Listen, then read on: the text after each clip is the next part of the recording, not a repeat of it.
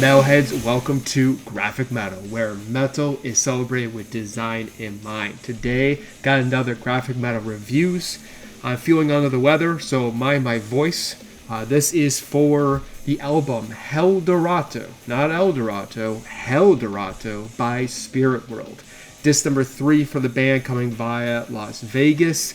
It's a thrash groove hardcore metal album with a twist being a western kind of vibe to it via centurymediarecords just past Friday on March 21st. The knock on deathwestern, their previous album, was that it was a little bit too much like, Hatebreed Slayer, especially in the riffs. It just felt a little too close for comfort. Well, they evolved their sound a little bit more on Helldorado. They sound, in this case now, a little bit more like Volbeat. A little bit more groove, more of that groove thrash kind of rhythm kind of fused with that punk attitude. Still got that punk attitude. Not as edgy, not as heavy as the previous albums, but in this case they also amped up the country, that western kind of tone thematically that they, I guess, Stu always wanted to go for. The band, speaking of that, consists of Stu Folsom on vocals and songwriting, Matt Schrum on rhythm guitars, Randy Moore on lead guitars, Preston Harper on drums, and Nick Brundy on bass. They describe themselves fittingly as deathwestern, but didn't get that paid off so much until now. This is where I feel like that coined term really takes form.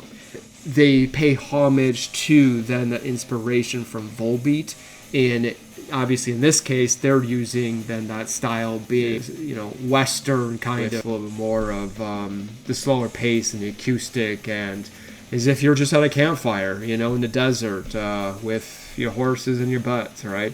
They have, in fact, 3 songs that fit that new kind of experimentation, plus 1 instrumental song, which is something that they had done in the previous albums. The good news is that there's no weak moment on the album, and that experimentation I speak of is just perfect for the evolution of the band. It suits this album really well. It adds more to their catalog, and most importantly, is going to do wonders for them in their live show up there, being able to add that much more variety and depth.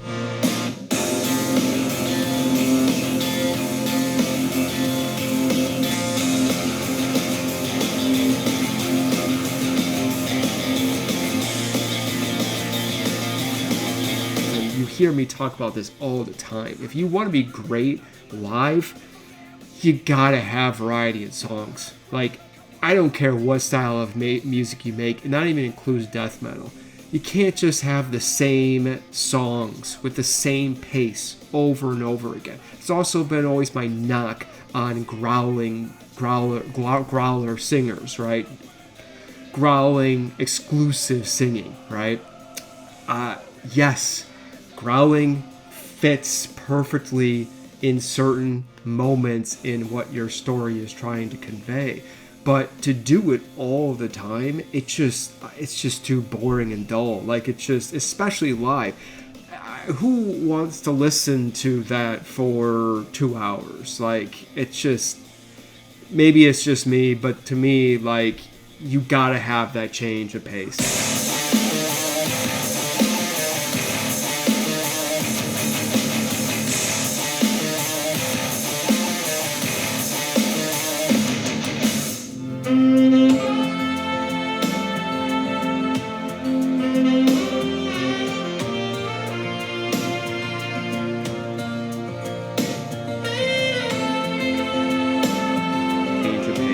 Gotta have that change in tone and the emotion, the change in emotions. Like, that's what really elevates and takes a live show to the next level, in my humble opinion. With that said, the other positive note about this album, Spiritworld, by Spiritworld, is that they're actually not too shabby at this whole Western alt rock kind of vibe here.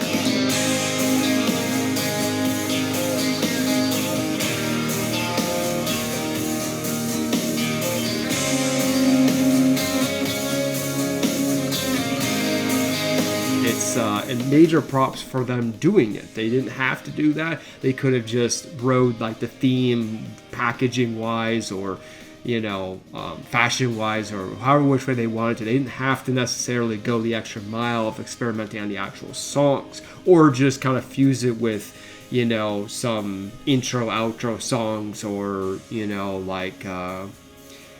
old time radio skits or whatever kind of additional talkovers, things of that nature. But they went the extra mile and actually started to experiment with songs. So Stu and the rest of the band, kudos for them for doing that. Birdsong, Prayerlips, and Annihilism are those 3 songs. They're badass. Only problem is that they feel like unfinished ideas rather than fully fleshed out songs. I recommend that they take cues from like Lordy or even Volbeat themselves, because they're actually pretty good at that.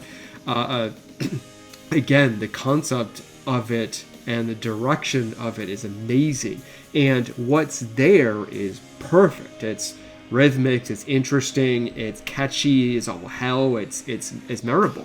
But the fact is that's a little bit too much, so that now you want it to actually go all the way and make it feel like true songs. It doesn't feel like that, is where the way that they're just kind of shortened, and it's almost as if like Stu and the band were not entirely sure yet if it was the right time to full on release these kind of songs. It was almost as if like maybe the thinking is that not ready yet, so let's just kind of like bring them in slowly, the hint of it. The idea is coming, boys, it's coming, but maybe wait till like the next album or onward before actually finishing it all the way. In any case, the other problem is that the album is just so short. And missing any kind of like conceptual theme around it. Sure, I mean, obviously they naturally kind of have it, but it really they could have added more depth to the overall, construct of the actual album. That's kind of what makes a great concept album, or just album in general, is that you have those extra layers, that really just kind of drive you home and take you to another world. In this case, it's not really doing that, and I wouldn't even be surprised if some people have major issues with then the order and the flow, because it is a little bit kind of weird then to have these kind of different experimental kind of songs with the otherwise normal, everyday, thrash groove, speed, hardcore kind of songs.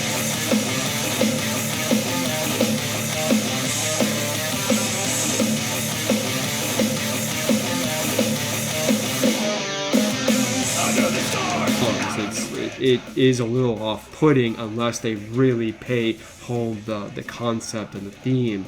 So just saying that they could definitely work on that for sure. As far as the thrasher songs, I mean, they're fine. They're nothing special. It's not even anything that they haven't done before. But I will say that they did take a step in the right direction in separating or distancing themselves from the Hatebreed and the Slayer kind of tone or riffage. It feels a little bit more personalized to them, which was a really big deal. That's a huge step in the right direction.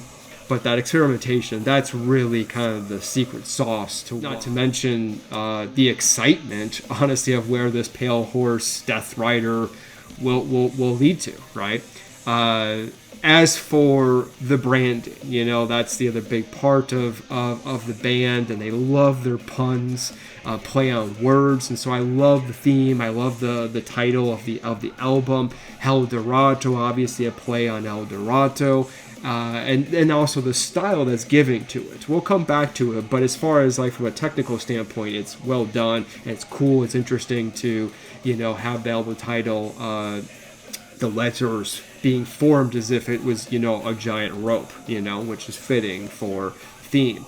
But the abundance in gold dust of this rote album title, typography, it's so well done and interesting that it actually overpowers the band logo, and now that feels almost like flat boring and just kind of out of place. It just doesn't feel, something feels off. It does get, though, bookend stars now. Not sure it does anything. I get the logic of it because it's paying off the sheriff's marshal's star badge, right? And not to mention that there's also stars on the boots, the heels of the boots, right? Classic, western kind of vibe. At bare minimum, I do wish that they would have considered the placement of the layout of the band's logo, maybe putting it directly underneath then the title, so this way it's locked up, and therefore at bare minimum it doesn't now compete with each other either. That's the other problem, is that the scale of them are they're on the same level almost too much, so that's always a problem too. So, and because obviously if you're going to use the roped title style, you have to make that the bigger, the primary H1 or whatever. Like, you're going to have to. It's just, you don't have a choice, because it's not going to work. It's not. What's the point of doing that if it's nice too small? So you're going to have to then therefore make the band logo then small, which is either good or bad, because maybe the brand of the band isn't quite yet established yet. It's borderline, it's close, it's getting there. They've got a little bit more respect than your average typical band at this point in their journey. So maybe, but nonetheless, it works a little bit better from a design standpoint. According to James, Stu wanted to switch up from the previous warm color tone to now a cold color scheme this time around for this one, which makes a ton of sense to separate it if nothing else. As for the illustration, which was once again created by Illustrator James Bousema, which feels fitting considering the fact that they're both from Las Vegas. From a technical standpoint, it's really strong. I love the simplicity of it. The color scheme, like we just mentioned, is well thought through. And I love the lighting coming out and the little bit of the sun, to kind of evoke the tone, the timing, right? And the brushwork is also perfect too, just saying. But conceptually, it doesn't feel, it just doesn't jump out at you. Everything about the scene is just so normal. Almost too normal. It's like as if, yes, of course, you could argue that was exactly the point, is that at first glance, you're thinking that this is just a normal Western kind of scene. It's just a typical cowboy sheriff taking a break from his duties, early, late at night, early morning, with his white stallion and wanting to take a break and have a smoke, right? But then if you look closer, then it's actually in fact it's a skull death rider, right, accompanied with his spirit communicating, crow, and obviously that the three figures are dead, and this is supposed to evoke the underworld death, so forth. Worth noting that in the details, the figure's pocket watch is hanging out and outside of the bag, and it points to midnight, fitting, and the belt that he's wearing is branded with an X. Also makes sense, but that's about it. There's not much else to observe. It's which is part of the problem, I guess, is what I'm saying, is that I don't know, maybe it's because of the lack of movement, since the choice was to keep the horse still, because the point was that the rider wanted to take a break to have a smoke, or the fact that you don't really even know that the three figures are dead or from the other world, because again, you're kind of zoomed out. That zooming is part of the other thing that could have potentially fixed it, although I don't know if that would have completely fixed it if nothing else changed, but at least you could have maybe quickly picked up the cues that, wait a second, what's going on here. But because it's so far out, you really don't think anything of it. Or the praised, Helldorado roped, font style that I just, praise. It's maybe it's just too cute. In any case, it's just not that exciting to look at or to want to come back to review it. Compare it to, say, Travis Smith's, In Kind of New by Opeth, right? Yeah. There is something about, that extra level of eeriness and the scene itself, like what's going on, what's captured, and just a little extra level of details that makes you want to come back to it and look at it over and over and over again. Just saying. But again, from a technical standpoint, amazing. Good job, James. Good job. As for the band itself, and obviously it's another great step forward. Honestly, it really is. I still believe that they are among the short list of bands right now that have the ability to elevate to the next level of popularity. I think that they have a really great theme idea. I love the experimentation. I really do. I also liked a little bit more of the groovy nature of the riffs rather than the straight edge speed focus. It's a little more. That's why I personally labeled this almost like groove thrash rather than hardcore thrash. And it comes packaged with their interesting theme, and they can experiment a lot more with that, and I hope that they do continue to experiment. But this level of experimentation here was amazing. But with that said, I can't say that the album is great because it just lacks the feeling like it's complete. It doesn't have a lot of depth to it. There's no concept to it, bigger, larger than life concept to it, and the songs are just too damn short. Plus, like I mentioned, those three experimental songs, the alt western songs, are just they just don't feel finished. They feel like ideas, but they're not completely there yet. Grafikmetal, feels that this comes off more like an EP, is what I guess I'm trying to say. Good, but not great. We rank it 82 out of 100, and it's good, it's enjoyable, you're definitely going to like it, but I wouldn't say it's an absolute have to have. Alright, so that was the review of the album, and hopefully I get better soon. A little worn out at the current moment, but nonetheless got some more reviews coming very soon, along with the other